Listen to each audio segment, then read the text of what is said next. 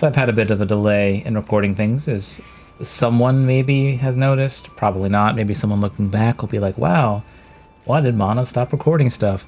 God of War Ragnarok came out, and Dragonflight for World of Warcraft came out, and since I love both of those things, I kind of had to do them. And, you know, I don't have a big enough audience that it really matters right now. So, yeah. Today we're going to talk about a game, though, that I've enjoyed for a while. I haven't played a ton of it, and I also kind of cheated a little bit to boost myself forward a little bit to give you guys some more of an idea of the content behind it. Mostly because it's really unfinished right now. And I'm not going to grind my ass out to play an unfinished game, because I know better than that. I have better uses of my time. If you disagree with that, you are free to, but I am not going to sit there and chip away at rocks all day when I'm not sure that the game's going to be done in the way that I necessarily love. And when things are kind of broken. They're not planning, at least not that I know of, to reset our characters. But, you know, I've spent a fair amount of time, about 56 hours in this. I'm just going to run around a little bit the town so you can kind of see it. And you can see some pop-in. There's definitely some things that could be improved, but there's also a lot of variety in this game. Let me actually see what time it even is right now in the day. Okay, so this is my time at Sandrock, and it is, as you probably can tell, it's one of those sort of lifestyle sim games, I'll call them. Sort of the Rune Factory, Stardew Valley, Animal Crossing type of thing.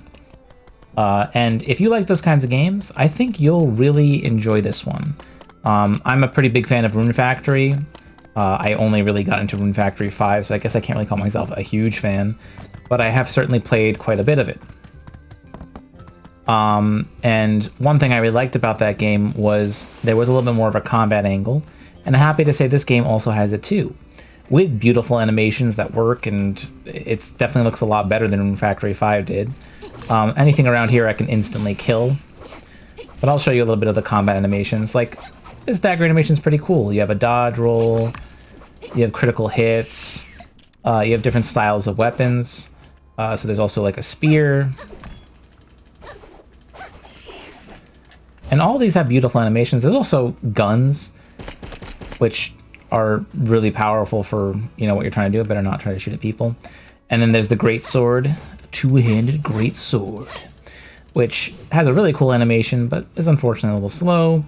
There's even a sword and shield that has a block button, which is kind of interesting. My only critique with combat, though, is that it does feel largely unfinished. It's a little bit too simple. There is like this kind of like armor system where you can like kind of break an enemy. It's pretty much impossible to see on these low-level enemies, but you have like a defense threshold. They'll break, the enemy becomes easier to hit. You can dodge out of the ways of attacks, but sometimes I kind of wish there was a little bit more to it. You can lock on. There's just something missing from it to really feel maxed out with that. But, you know, this kind of game, it can't focus on everything. In general, you know, you're going to run around and you're going to take your tools and you're going to be cutting things down like bushes. You're not allowed to cut down full trees. You have different tools for like your rocks and everything like that, which you can break down freely without getting into trouble. If you cut down a tree, though, in the desert, they yell at you because the desert cutting down their trees is not going to make people happy. There's random trash that appears around all the time that resets. There's a fishing minigame you can play, which is sand fishing. So if you like kind of chilling out and relaxing, you can kind of do that. You can pick your bait. You toss it out. Then when something gets close to it, you don't do that. You switch back to your stuff. And then you get it like that. And that's pretty cool. And then you can just decide, okay, I'm done. And you get yourself a fish. Cool. There's lots of little... Oh, here's a wild alpha. This one you can kind of see the defense bubbles there. Now, you might see that a lot of things I'm killing pretty quickly. I kind of over-leveled myself a little bit for this early area. There are harder zones, but I kind of wish things... And this is going to sound probably upsetting to some people. I kind of wish they scaled a little bit, just to keep things a little bit interesting. You can raise animals. You actually have to take care of them too. So they have like a certain, you know, loyalty. They have a certain amount of stamina. They have certain stats. Nothing too crazy, but it's functional. I'm gonna have to reload the save so I can actually go to events. Hello. People want commissions, so you can pick them up in a certain part of the town and give them to them, you know, standard stuff. Characters are voiced for certain interactions, otherwise you get a kind of generic, like, hello, and, you know, a bunch of text. There's areas you can open like this, where you get a bunch of trash you can break down. And then you have delves down here, where you can go to, like, run around and dig through an area, which is kind of fun.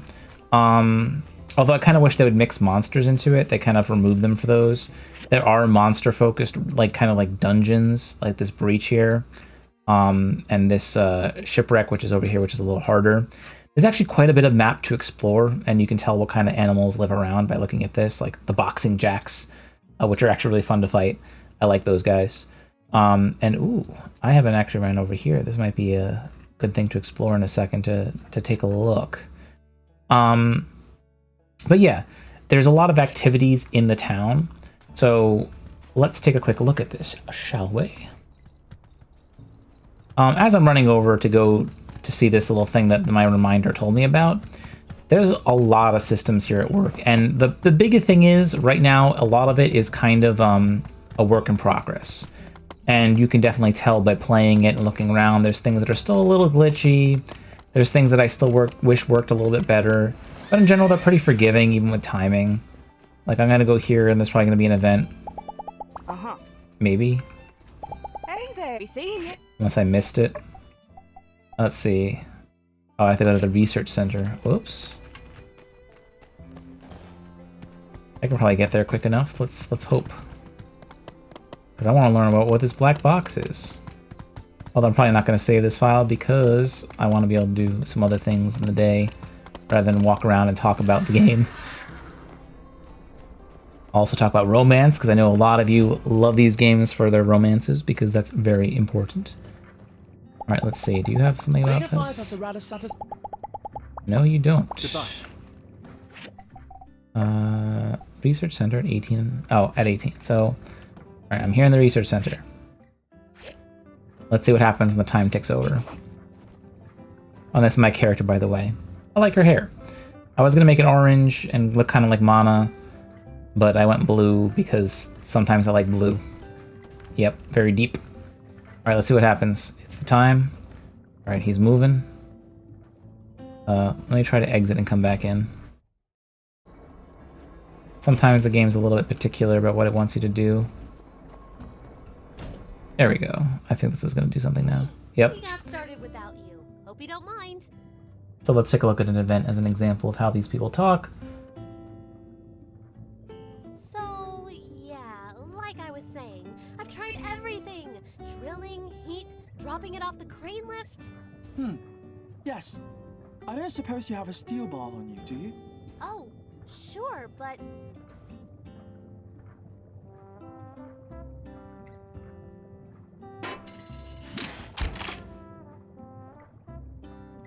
What the... we...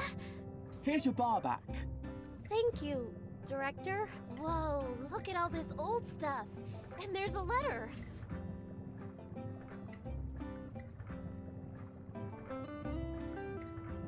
I hope you're reading this under the light of the sun again and not still from the darkness.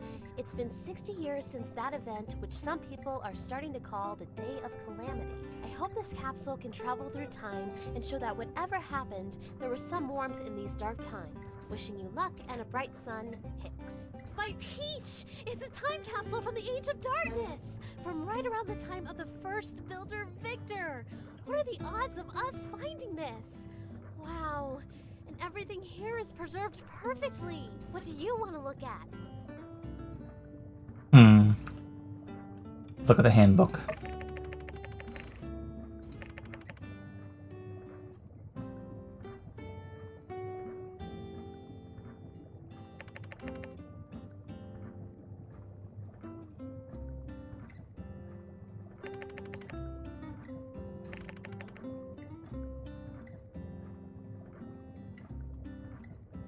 I can look at each thing. So you can see that sometimes there's options. The dialogue's voiced pretty well, I think. Everything looks decent. I mean, yeah, there's rudimentary animations. But it's, you know, it's good for little events.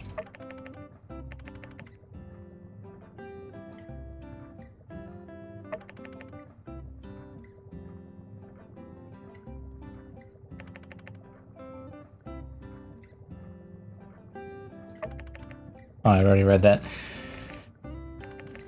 Alright, let's finish this up. Unfortunate. Based on the approximate age of the box, I was hoping we'd find something undiscovered.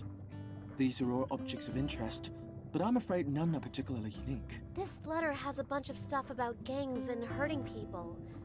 Director, was the Age of Darkness really that bad? Ah, I hadn't realized you had failed your history classes.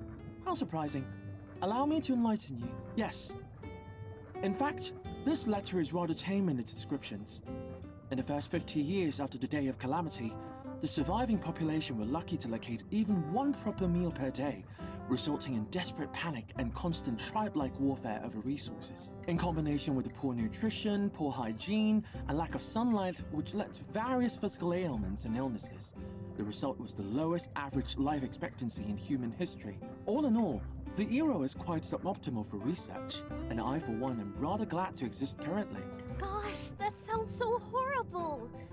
But at the same time, it really is amazing there were people back then like Hicks here who never lost hope. Can you imagine? If it wasn't for heroes like Hicks and Peach, we might still be underground and worrying about where our next meal might come from. Director... Social history is not exactly an interest of mine. I suggest if you have more questions, you do your own research or someone who cares. Sure, Director. Thanks for all your help. Wow, what a find! I knew a bit about the Age of Darkness, but this is my first time getting such a hands-on experience with history. We need to try hard to carry on the legacy of these people from the past. That gives me an idea.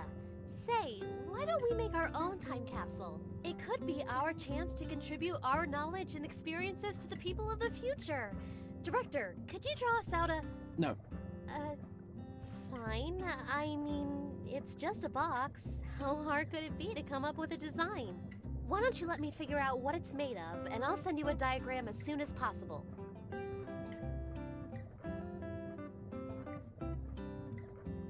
So yeah, we can make any choices we want here. I don't usually go for the mean options, so... I knew you'd be into it! While you're working on it, I'll gather up some historical stuff we can put in there. Maybe we can provide the people of the future with something more substantial than our old pal Hicks. Anyway, once you're done, bring the box to me. Then we'll go bury it. Oh, and let's each also bring one personal item that we want to send to the future. Make sure it's something that doesn't expire. Okay, it's a plan. Catch up with you soon. Alright, well, that's what an event is kind of like, and usually it leads you to some more exploration or like a fun thing. There's also events that happen on holidays for people who like their, you know, Stardew Valley. There's mini games like a Dance Dance Revolution like thing, like what I would describe as like a cow race where you're just trying to run into people and knock stuff out of them and pick them up yourself and, you know, have the most points by the end. So you try to make it kind of, you know, fun to run around and deal with that kind of thing. We also have romance, which I know is key to most people who love these kinds of games, because that's something I always see come up when people talk about them. And yeah, it can be kind of cutesy. So with most characters, you can romance quite a few of them. Eventually, your friendship thing will become a date when you give them a gift, which is not the apology bear, the heart knot. When you give that to somebody who is friendly to you, and you've done like enough nice things for them, they will be happy to go on a date with you, and then you can do little activities with them. And if you get high enough interactions, then randomly when you're hanging with them, you can do things like, you know, give them a little smooch. Arm yourself with the weapon of fashion. Let Sandrock's very And you get more points for that. Mian's running off. You can romance multiple people, so you can look at your social thing here. You can see that there's a lot of characters. Anyone with hearts is able to be romanced. It doesn't mean you actually are at the moment. The only ones that are the ones that have this little like slanty thing here, which my cursor's over. Romancing multiple people at once is possible, although you can get caught if you are with someone else and then you get into big trouble, which makes a lot of sense. But of course, you have to test these things out to report on them in the game. There's many options for anybody, and it seems like it doesn't matter orientations. At least I don't think so. I haven't really tested that thoroughly out. But it's nice that they give you quite a few choices. And they have birthdays, and they recognize your birthday eventually if they're close enough to you, and they give you some gifts, and it's nice. It's pretty nice. You can make everything you see in this game, pretty much. You don't make, obviously, like the stuff that's out here in the town, but in your own house, you get a pretty big amount of customization. So let's just run over there and let's take a look at what the actual process is like. Oh, and look, I have some mail. I have a lot of mail.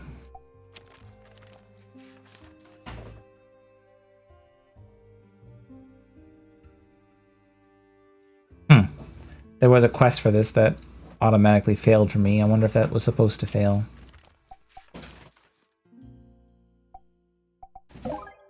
Well, that's interesting, at least. There's a lot of things that come into you. History, things that get delivered to you, which didn't used to be there before. Let's just take a look around this area.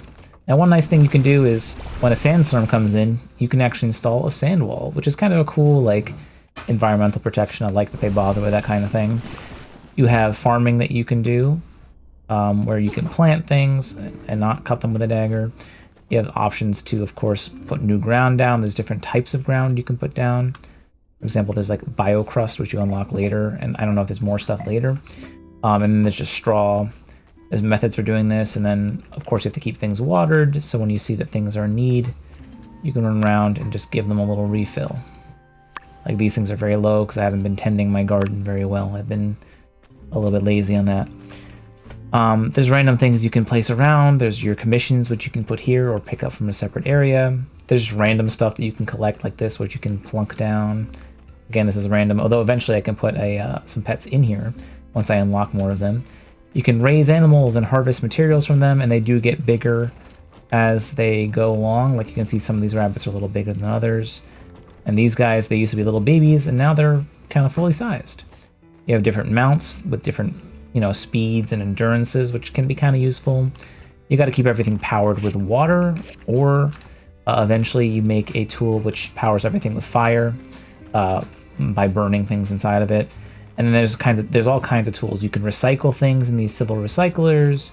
You can dry out food. You can blend food together. You have standard workshops, which can make all sorts of things you might want to hang up or put around your house or decorate with. Processors, which make other tools you can use. You can make, a grinder, which is, again, further tools you need to make bigger projects. You can forge weapons, which I need to do some new gear that came in.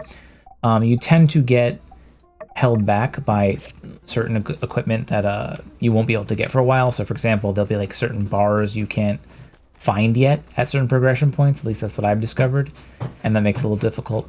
Now, there are some faults with this game, though. Like, for example, storage is kind of a menace.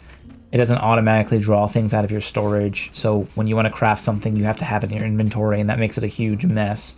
They could really do with making that a little bit better. There's even relics you can restore. There's a bunch of little mini games that are all over the place. Let's reload a file so that I can still show you this. I'm going to reload where I was before, and I'll show you something different, because I don't feel like going to a different day in case a bunch of stuff triggers and it just gets annoying and overwhelming. Now, there's lots of ways to gather materials. You can do delves to get lots of stuff to recycle and get power stones and stuff to power your whole facility, so there is a reward to that, but everything has a time cost. And time goes pretty quickly. Even at the slowest setting, every second is a minute of the day. So it's not like you can do a whole ton. But it's still pretty fun. There's various buildings to go into. There's battle areas. I'm going to, I'll quickly show you. Let's go explore that new zone that I saw before. Let's show up some of the combat. Because I know, for me, I care about combat. I care about animations. And I think I've probably shown that the animations are pretty nice. The character interactions are nice. There's good characters. There's good artwork. It's got a decent style to it. So it doesn't look dated because it's not trying to look realistic. And it looks pretty clean. There's resources like dung, which you see on the ground there. And thankfully, movement isn't too bad. Once you have like a horse, you can move quite a bit. Oh, and I almost forgot. This is kind of important. Your knowledge. Knowledge. You can spend talent points, basically, to be better at certain things. So, for example, if I got more sand fishing knowledge, I don't use as much stamina when I'm sand fishing, because, you know, you have a limited amount of stamina per day. You can eat food and such to restore that. You can catch better fish. You can be better at picking certain things up when you're digging through trash. For workshop things, you know, maybe you're better at getting EXP from certain productions. Maybe you're more efficient with some water. In combat, they really kind of have it pretty limited, where all you're really getting is some percentile increases, and then like, oh, you know, you get a little bit more damage, or you learn your last hit of combo for each thing. I'm kind of hoping to add something to really spice up what you're actually doing with the weapons. That I think would make all the difference. Is maybe having something where it's like, you know, you click at the right time, it's like a better attack or something to engage you a little bit more. And then you have community knowledge, which is just for talking to people, building relationships. Let's take a look at what some of these harder enemies are. They look like they are across this way. I don't think I can cross that other big bridge yet. Here's some level 31 enemies, but I'm a little bit higher level than that. Now keep in mind, I did sort of cheat a little bit to get myself a little further. So I shortcutted some of the farming, but I did quite a bit of it to know what it's like. And then I was like, you know, it's early access right now. I don't want to waste all my time on it. Let's see, these guys look like they might be a little stronger. Not too much so. Let's do a fight though where there's some enemies that might have like a little bit of challenge. Not a ton. You can kind of see some of the creature design here. There's decent creature design, like they keep adding things that are kind of cool looking. And then guns can kind of trivialize things a lot. Because, I mean, of course they do. Which is fine. Once I fight things that are closer to level 50, then I'll have a little bit more to kind of show for it. Oh, it looks like there's stuff here that I haven't gathered before. This is probably new content stuff that dropped, because out here there used to just be nothing. Which, you know, obviously not that handy. You know, I like that there's things to actually venture out and do. I found the daggers are my favorite weapon, just because they break through armor pretty quickly. There's just so many quick hits, and of course, you're not committed to a big swing. So if an enemy does like a lot of damage, you know, you can cancel in the middle of anything, which is of course vital to good combat. Like, you know, I can start at the beginning of a hit. But the individual blows of the greatsword weren't really enough. I just preferred the daggers. Plus, they have a good animation. It's fun to use. Your armor also does change when you equip different things. Of course, I'm not really carrying anything different, and I'm also hiding my hat for obvious reasons, because it hides my hair a little bit. It does still try to show your hair, but obviously can't show like the big, huge, massive ponytail. I like the long hair look. Oh, it looks like there's something down here now. Well, let's do a little exploration together, huh? So we can take a look at what aspect of gameplay that's like. I don't know if I can... Oh, I can't jump down this way. That's probably sensible. Let's see. How do I get down there, then? Perhaps over this way. Let's find out together. I think crafting... I don't think I really need to show you that you put something into a machine and it takes a few minutes to do it. That's not really terribly fascinating. I do want to show you some of the mini games just so you can see that there is variety in the combat, in the gameplay, because that's important. I think everyone wants to see that. This is cool. I do really like the setting of this. It's kind of a post-apocalyptic world. After, you know, I guess the original denizens screwed up and unleashed a catastrophe, and now everyone else is kind of picking up the slack. Now down here, I don't know if this fog is supposed to imply radiation. You can make a radiation suit. Oh, I think I am. Yeah, I'm suffering from radiation damage. So I probably will need to get my radiation suit later, or make something that's better for it. Yeah, that you know, giant evil mushroom is not usually a good thing to be in. But I mean, I can survive here a little bit. It's just going to constantly drain my health. I think my spear has a regen on it, though. I don't think it's nearly enough to stay down here. I wonder how big this area is. Seems like it goes a little while. A dune mushroom. Now, some things are kind of awkward, like my horse following me so close. Next time I come down here, I'll have to bring a... I can't harvest this. I'll have to bring something else. Yeah, you can see there's definitely some exploration to be had. It's not the most fantastic yet. But if they put some more treasure chests out here, it could be something interesting.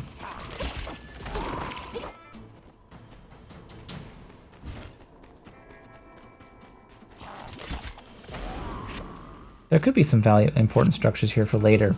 It's hard to tell because again, it's not finished. There are some like boss enemies too that have like, you know, some light mechanics, but nothing too crazy. I'll say this would be the example of something where I would use my feather duster, clean it off, and I would open this chest and see what's inside. A masterpiece mouth. That looks horrifying.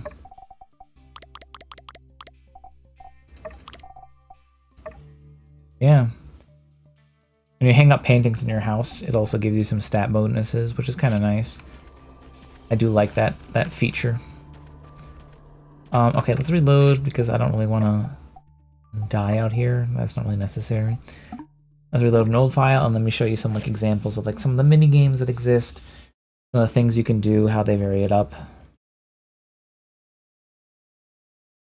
Overall, I do think that they did a really good job with all the different characters in this. They all have a distinct kind of personality. Hello. Hey, do you different like sand? Voices. If not, some I've got bad news for you. Some good humor based on your favorite Star Wars jokes. It's kind of characters for everybody. So this guy's kind of like a pompous jerk, but he gets kind of endearing after a while. There's of course animals you can eventually make pets. I try to catch talks at business conventions in Atara when I can. Last one I saw was about a fella who invented the concept of a shared bathroom in apartments, cutting costs on necessities. It's genius. The girl's trying to make a lot of money. As they say today, trying to get that bag. Which makes sense. She actually runs the kind of arcade of this area. My horse, of course, is pulling a Witcher 3 on me. Come on, get down here. There we go. Oh, Nemo, I don't... Okay. Well, I can just run away from this dog. Normally I would treat the dog to some pets and some gifts. But right now, I'm trying to show you guys some things.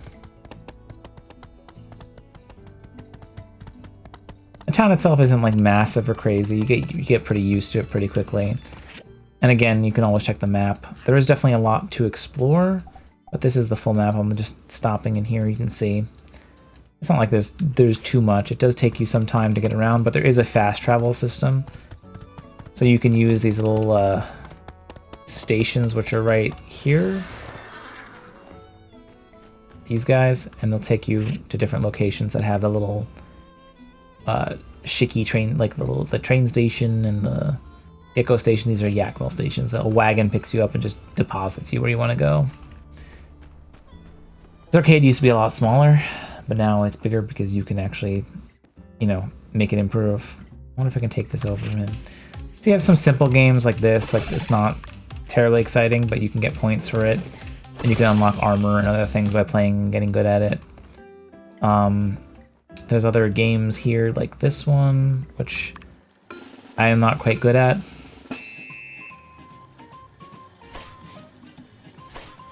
You can see I'm very terrible at this right now. So your goal is to like get the higher value things without like getting like without getting bad rewards, like the gray ones, which don't really give you anything.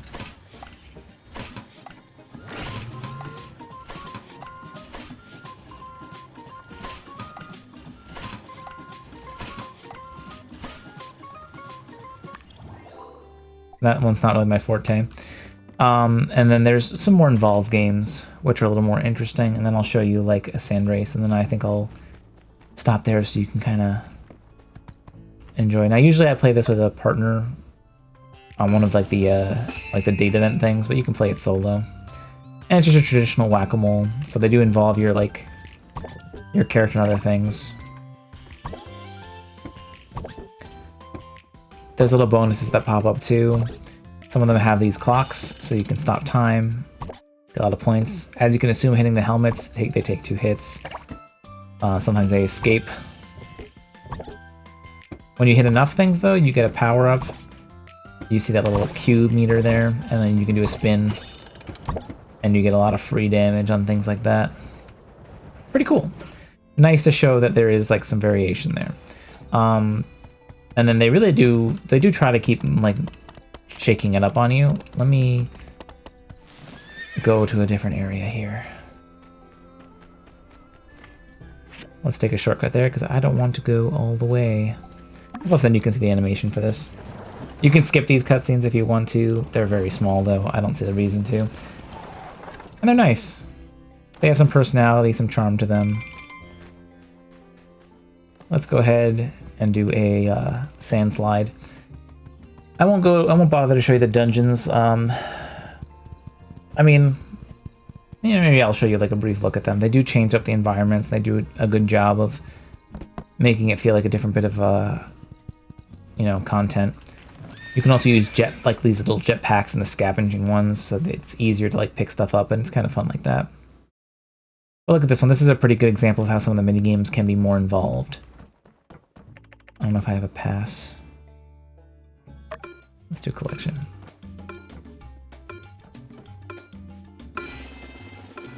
So you can see how this works.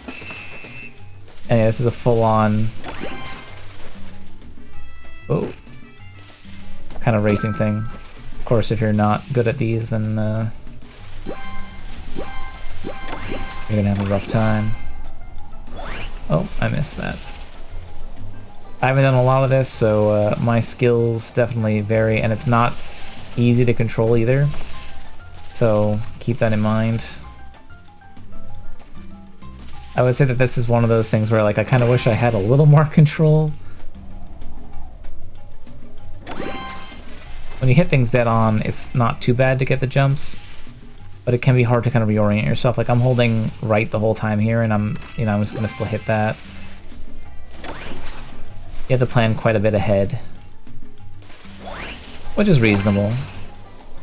But it's still nice that they bother putting in these little things. And there's like a hide and seek game thing for Halloween, which is pretty fun. And was actually kind of unique. You had to kind of take the form of an object and see if the townspeople could find you. But since it's single player right now, it can be kind of like, oh, you know, you can kind of game it. It does remind me of Rune Factory, where someone tends to be like a big winner in those events. They don't give you as many like fancy rewards. And then you get some stuff for completing these. It's not bad. It used to be very glitchy. I was kind of worried that was going to happen again, where like I would start them and it would just kind of fail out, which wasn't so good. And then there's context-based events. Let me go to a dungeon first. But like, for example, if you go on a date with a character, you can do like a little sand picture drawing around here in this area. And basically just trace an outline, something too fancy, but it's cute. And then there's like some fireworks. You can play whack-a-mole together. You can sit at a bench and talk. Not that you get like, you know, super unique dialogue each time, but it's nice to get some choices. Let's go take a look at this dungeon, which is a combat-oriented one. So you can kind of see what that's like. Crafting is what you'd kind of expect. Takes a little time. The better your tools, the faster you are at picking up stuff and making stuff. It's nothing you haven't seen before.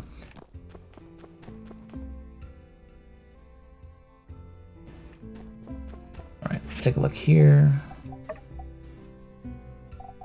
And let's go to the middle ruin. And there you can see it eats a bunch of stamina, which makes sense, and it takes a fixed amount of time, so your time won't be clicking for you when you're inside of a dungeon, which is nice. It will be when you're scavenging for stuff, though.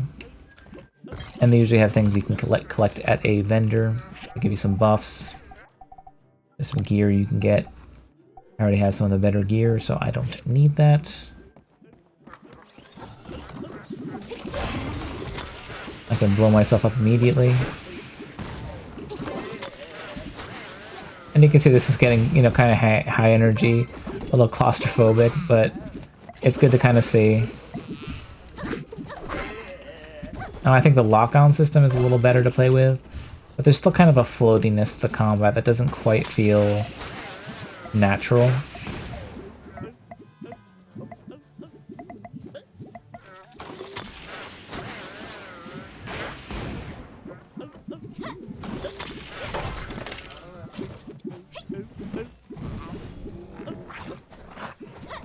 Icy dodges and such do work.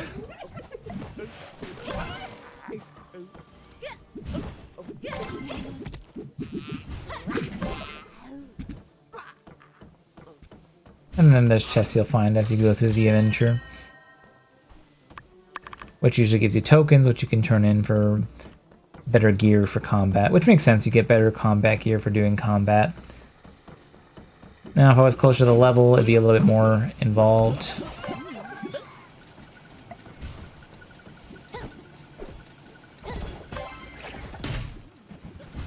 The spear does have a nice break on it, so that's why I do keep it on the menu when you do that little quick stab. That's pretty effective. The sounds can be a little maddening, of course. And you can do some nice trick shots like that. So that's good.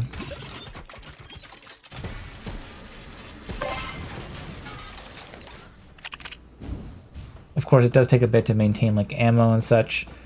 As OP as that is, you wouldn't normally be wasting as much on those things. And when you're in here, there's not like a lot of stuff you can harvest. You can break boxes and such, but you can't really get a lot of materials. Like, you're mostly going to get stuff that might have been inside of them. But it is worth breaking them for some loot, some money. Not a ton, but it's something that is there for the people who like to do the dungeon delving, which I like a little bit more. There is a multiplayer mode, but I've yet to really explore that yet, because it's not really fully developed yet. It's still kind of in a beta. Alright, let's do a reload and let's do some final thoughts, because I don't think I need to drone on and on about this. I can kind of give you guys a rough overview. So, overall, crafting's pretty fun, gathering's pretty fun, you can put together your own home, you can customize it. That's something I actually didn't show you, and I should. Combat needs a bit of work, it's got good animations, but again, not enough meat on that bone. It needs better rewards, it needs a little bit more involvement. I think the lock-on system could do with a little bit of a look. Like, the way you move in combat can just feel kind of awkward. Maybe like a little bit of auto tracking would help to some extent for this kind of game, but I don't know. Obviously it's not designed for that, but you know. Well, let me pop something in here so you guys can at least see me cook something. Normal crafting can be instant. This kind of crafting, I think I can make these things instantly because I already have the materials, so I don't have to spend time on it. Other things are like this, where it can take a few seconds, it can take a few minutes to complete the product, and then it'll just plunk out right on the area right here, and you can collect it. Out here, we can open up our Edit Home button, and you can see you can place certain things a little more quickly. And building a house can be a little bit more involved, so I can do like, oh, let me just make a square here, make it that big. Do I want it to be a little bit bigger? I can do things like that. It costs money to do all those things, of course. And then it's there. When I wanted to, I could put, a door in it like I did here. You can put different colors on it. And you can even link the buildings together, which is kind of cool. You can see the abomination that's in my house right now, which just has a bunch of stat boosting things kind of laying around. You have a bed to sleep in. You have some basic things you can activate. For example, I can turn this light on if I can not be right on top of it. Not this light, this fan. There we go.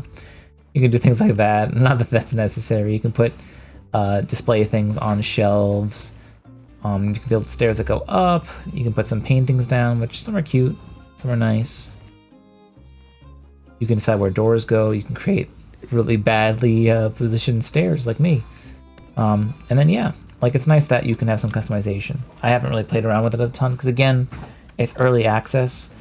And if you're like me, you like to kind of get your eyes on something, but you don't necessarily want to play, like, you don't want to put your full time into it until you're sure that it's going to be a full product.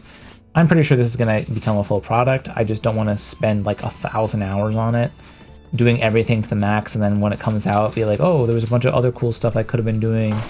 that I didn't get to do because I was spending all my time doing this and feeling burnt out. Also, you're not allowed to jump in the water. They get mad at you for doing that. They kick you out of those sections.